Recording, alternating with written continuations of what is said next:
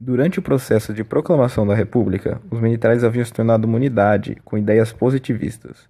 Mas com a elaboração da Constituição de 1891, os estados passaram a ser autônomos e as forças militares ficaram muito dispersas, perdendo sua unidade e, consequentemente, seu poder. Como era necessário que alguém estivesse no poder, o desenvolvimento de São Paulo com o café e Minas com o leite contribuíram para o surgimento da República do Café com Leite. Isso gerou um descontentamento nos militares, que não conseguiram ver seu ideal de desenvolvimento em ação. Ainda havia concentração de poder, mas agora, em vez de ser nas mãos de um rei, era na mão dos cafeicultores. Como é dito no site revistadehistoria.com, os militares tinham como bandeiras do seu movimento o fortalecimento de sua instituição, moralização dos costumes políticos e a construção de um Estado centralizado. E além disso, eram contra o voto aberto, porque gerava o voto de cabresto. O estopim do movimento tenentista foi a revolta dos 18 do Forte, que aconteceu em Copacabana no dia 5 de julho de 1922, com iniciativa militar. Esse movimento ocorreu por vários motivos, entre eles podemos citar: poder político concentrado na oligarquia cafeeira do Brasil, o descontentamento com a derrota de Nilo Peçanha para Arthur Bernardes, a prisão do Marechal Hermes da Fonseca a mandato do presidente Epitácio Pessoa. Diversas unidades se organizaram para fazer um levante no dia 5 contra o atual presidente Epitácio Pessoa. Porém, só o forte de Copacabana aderiu ao movimento, comandado pelo capitão Euclides Hermes da Fonseca, filho do marechal. O forte foi bombardeado e a rendição dos rebeldes foi exigida. O tenente Siqueira Campos e um grupo de militares rebeldes pegaram armas e marcharam pelas ruas em direção ao Palácio do Catete, que era a sede do governo federal na época. Durante a marcha, alguns militares desistiram, ficando apenas 17 que receberam o apoio na rua de um civil, totalizando 18 rebeldes. Os rebeldes foram cercados pela tropa do governo federal. Após forte tiroteio em frente ao posto 3 na praia de Copacabana, somente Siqueira Campos e Eduardo Gomes sobreviveram e foram presos. Os outros 16 integrantes do movimento foram mortos em combate. A Revolta Paulista de 1924 foi o maior conflito bélico já ocorrido na cidade de São Paulo. Também chamada simplesmente de Revolta de 1924, é uma segunda etapa do movimento tenentista que teve início em 1922 na capital brasileira. O conflito foi liderado pelo general Isidoro Dias Lopes.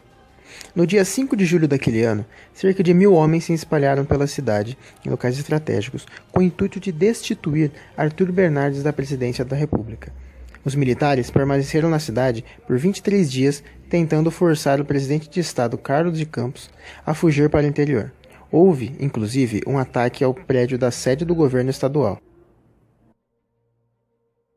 Enquanto o movimento de revolta se desenvolvia na capital, em diversas cidades do interior ocorriam manifestações que também incluíam a tomada de suas respectivas prefeituras. O presidente Arthur Bernardes, contestado no movimento, organizou seu exército legalista e bombardeou São Paulo com seus aviões. Na incapacidade de responder ao poderio do governo federal, o objetivo dos tenentes não foi alcançado na cidade de São Paulo, e então decidiram partir para o interior.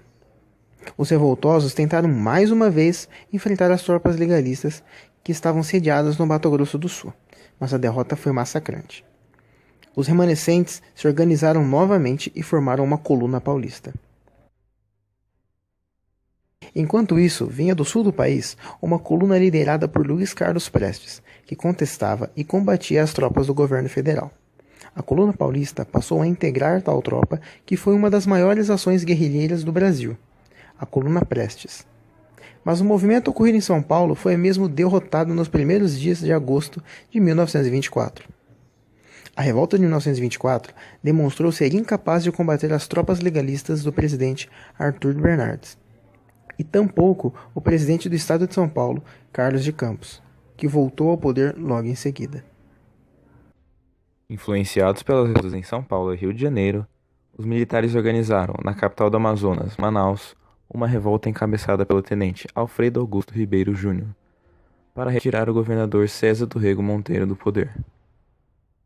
A Comuna de Manaus eclodiu com a tomada dos rebeldes na sede do governo, o Palácio Rio Negro, cujo governador que estava em exercício, Turiano Meira, fugiu, já que César do Rego Monteiro estava na Europa. Os tenentistas conseguiram permanecer no poder por 1 mês e meio, isolando a cidade de Manaus a tomarem as estações de telégrafos e telefônicas. Como consequência, a revolta se estendeu também para alguns municípios do Pará.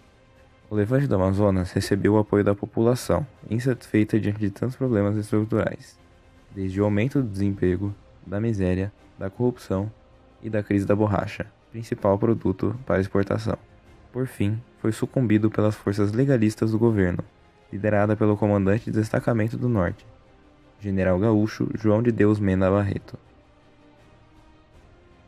Enquanto ocorriam essas revoltas, Luiz Carlos Prestes, também militar, organizava outro grupo no Rio Grande do Sul. Em abril de 1925, as duas frentes de oposição, a paulista, liderada por Miguel Costa, e a gaúcha, por Prestes, uniram-se em Foz do Iguaçu e partiram para uma caminhada ao Brasil. Com aproximadamente 1.500 homens, a coluna Prestes percorreu 25.000 quilômetros e durante 2 anos e meio atravessou 11 estados. Do sul, o grupo rumou para o centro-oeste do país. Percorreu o nordeste até o estado do Maranhão. Na volta, os combatentes refizeram o caminho até chegar à fronteira com a Bolívia. Nas cidades por onde passava, a coluna Prestes despertava o apoio da população e a atenção dos coronéis, que também eram alvo das críticas do movimento. Sempre vigiados por soldados do governo, os revoltosos evitavam confrontos diretos com as tropas, usando-se táticas de guerrilhas.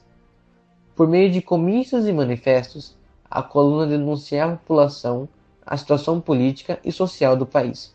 Num primeiro momento, não houve resultados. Porém, o movimento ajudou a balançar as bases já enfraquecidas do sistema oligárquico e preparar o caminho para a Revolução de 1930. Luiz Carlos Prestes tornou-se o ícone desta marcha, ficando conhecido como o Cavaleiro da Esperança. Ele não foi o principal líder da coluna. Quem tomou a frente do percurso foi Miguel Costa, mas Prestes era o idealizador, aquele que alimentava o sentimento de liberdade política, do voto secreto e de justiça social. De fato, a coluna teve seu lado negro, no qual cometeu muitos delitos por onde passou. Há relatos de saques e estupros em algumas comunidades. Porém, quem os praticassem eram punidos com rigor pelos líderes do movimento e, dependendo de seu grau de gravidade, se tinha execução dos culpados.